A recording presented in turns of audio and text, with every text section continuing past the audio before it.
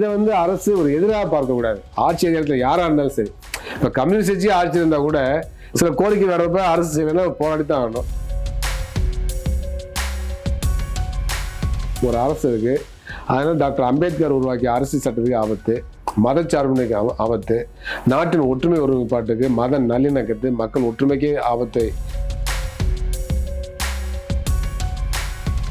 மரியாதைக்குரிய முதல்வர் மு க ஸ்டாலின் அவர்களுக்கு நாங்கள் ஆதரவை தெரிவிக்கின்றோம். ஆனால் அதே சேர்ந்து சில கோரிக்கைகள் வெளியின்ற நோக்கத்தோட போராடுறோம். அது வந்து அரசுக்கு எதிரானது, திமுகவுக்கு எதிரானது பார்க்க வேண்டிய அவசியம் இல்லை. அந்த புரிதல் அவங்களுக்கு இருக்கு, என்ன அந்த புரிதல் அரசுக்கு இருக்கு. எங்களுடைய சங்கத்தில் ஒரு பிரின்சிபல் இருக்கு, எங்களுடைய கட்சி ஒரு பிரின்சிபல் இருக்கு. இது தனிப்பட்ட நம்மளுடைய தாக்குதல் நடக்கும் அப்படிலாம் கிடையாது.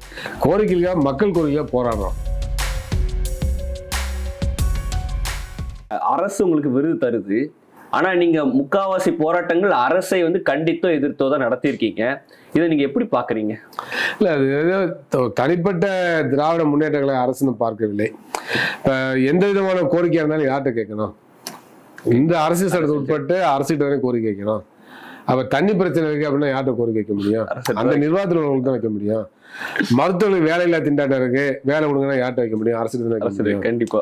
அதே போல செவிலியர்கள் வந்து ஒப்பந்த அடிப்படையில் நீண்ட காலமா இருக்காங்க, பணி நிரந்தரம் செய்யுங்க அப்படின்னா அவங்கள்ட்ட தான் வைக்க முடியும். கண்டிப்பா. சிறிய லேப் டெக்னீஷியன் எல்லாம் லேப் எல்லாம் பாதிக்கப்படுது, புதிய ஜீவோ வந்திருக்கு, அதை திரும்ப பெறுங்கன்னு சொன்னா யார் ஜீவோ போட்டாங்களோ அவங்களுக்கு தானே போராடணும். கண்டிப்பா கண்டிப்பா. அப்ப இது வேற அது வேற.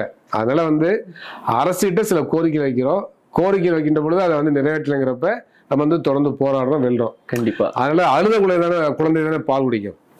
குழந்தை அழுதுனா எப்படி பசிக்கிறது தெரியும். அதே போலவே நம்ம வந்து சில பிரச்சனை வருகின்ற பொழுது அந்த கோரிக்கைகள் வைக்கின்றோம். கோரிக்கை நியாயமா இருந்தா அரசு செய்யறாங்க, செய்யணும்னு சொன்னா தொடர்ந்து போராடுறோம், போராடி அதுல வெற்றி பெறுகின்றோம். அப்ப இதை வந்து அரசு ஒரு எதிராக பார்க்கக்கூடாது. ஆட்சி அதிகாரத்தில் யாரா இருந்தாலும் சரி, இப்ப கம்யூனிஸ்ட் கட்சி ஆட்சி இருந்தா கூட சில கோரிக்கை வர்றப்ப அரசு செய்யலைன்னா போராடி தான் ஆகணும். ஆனா நம்ம கட்சி தான் ஆட்சி பார்க்க முடியுமா? பார்க்க முடியாது. கண்டிப்பா. அப்ப அதெல்லாம் பார்க்க வேண்டிய அவசியம் இருக்கு. ஆனா அதே சமயத்துல இன்றைக்கு வந்து மத்தியில ஒரு பாசிச போக்குல செயல்படக்கூடிய ஒரு அரசு இருக்கு. அதனால டாக்டர் அம்பேத்கர் உருவாக்கிய அரசியல் சட்டத்துக்கு ஆபத்து, மதச்சார்பின்மைக்கு ஆபத்து, நாட்டின் ஒற்றுமை ஒருமைப்பாட்டுக்கு, மத நல்லிணக்கத்து, மக்கள் ஒற்றுமைக்கே ஆபத்தை விளைவிக்கக்கூடிய அரசாக இருக்கிறது. எனவே அதை எதிர்ப்பதற்கு ஒரு வலிமையான ஒரு கூட்டணி தேவைப்படுகிறது. அந்த அடிப்படையில் தமிழ்நாட்டில் ஒரு வலிமையான கூட்டணியை வந்து திராவிட முன்னேற்ற கழக தலைமையில உருவாக்கி இருக்கிறோம். அந்த அரசு வந்து பிஜேபி எதிர்ப்புல, வகுப்புவாத எதிர்ப்புல, மதவெறி எதிர்ப்புல, நாட்டில் ஒரு மதச்சார்பற்ற அரசு உருவாக்க வேண்டும் என்பதில் உறுதியா இருக்கிறாங்க. எனவே அந்த அடிப்படையில் அந்த அரசுக்கு ஆதரவை தெரிவிக்கின்றோம். அப்ப இந்த திராவிட முன்னேற்ற கழக அரசு இன்றைக்கு வந்து ஆட்சியில் இருக்கு. அந்த ஆட்சியிட கோரிக்கை வைக்கின்றோம், போராடுகிறோம். அதே சமயத்தில் இந்த ஆட்சி நீடிக்க வேண்டும் விரும்புகிறோம். இந்த அரசு மீண்டும் வெல்ல வேண்டும் விரும்புகிறோம். அது காரணம் என்னன்னாக்க நாட்டுடைய சூழல் தான்.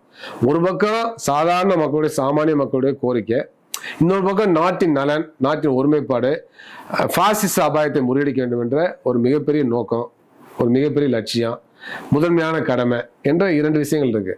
அப்ப அந்த அடிப்படையில் திராவிட முன்னேற்ற கழக அரசுக்கு, மரியாதைக்குரிய முதல்வர் மு க ஸ்டாலின் அவர்களுக்கு நாங்கள் ஆதரவை தெரிவிக்கின்றோம்.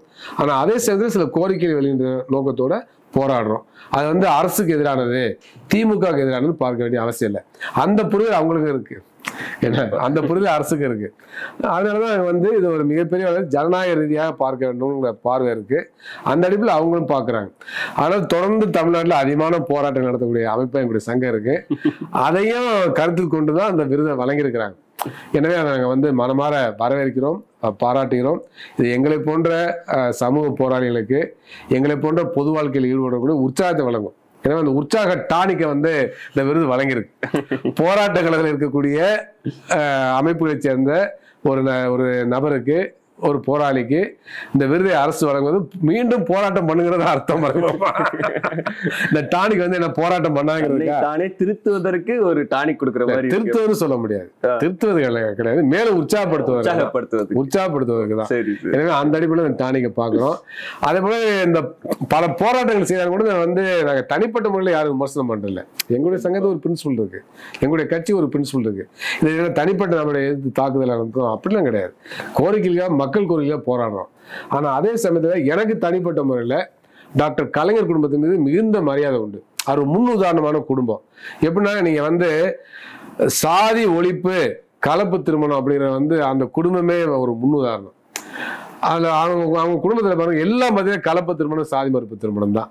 அந்த மாதிரிதான் ஒவ்வொரு குடும்பமும் இருக்கணும்னு சொல்றேன். கண்டிப்பா அது தனிப்பட்ட முறையில் அவங்க மேல ஒரு பெரிய பற்றை உருவாக்குது, பிரியத்தை உருவாக்குது, பாசத்தை உருவாக்குது. கண்டிப்பா எவ்வளவோ அரசியல் தலைவர்கள் இருக்கலாம், ஆனாலும் டாக்டர் கலைஞருடைய குடும்பம், அவங்களுடைய வாரிசுகள் இவர்கள் மீது கூடுதல் மரியாதை எதுக்கு வருதுனாக்க, சாதியை கடந்து அவங்க குடும்பத்துல எல்லா சாதியை சேர்ந்தவங்களும் இருக்காங்க. அப்ப இது முன்னுதாரணம் இல்லையா சமூகத்துக்கு?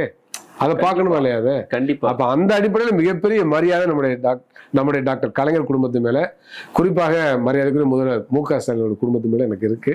அதை நான் பகிரங்கமா சொல்ல விரும்புறேன்.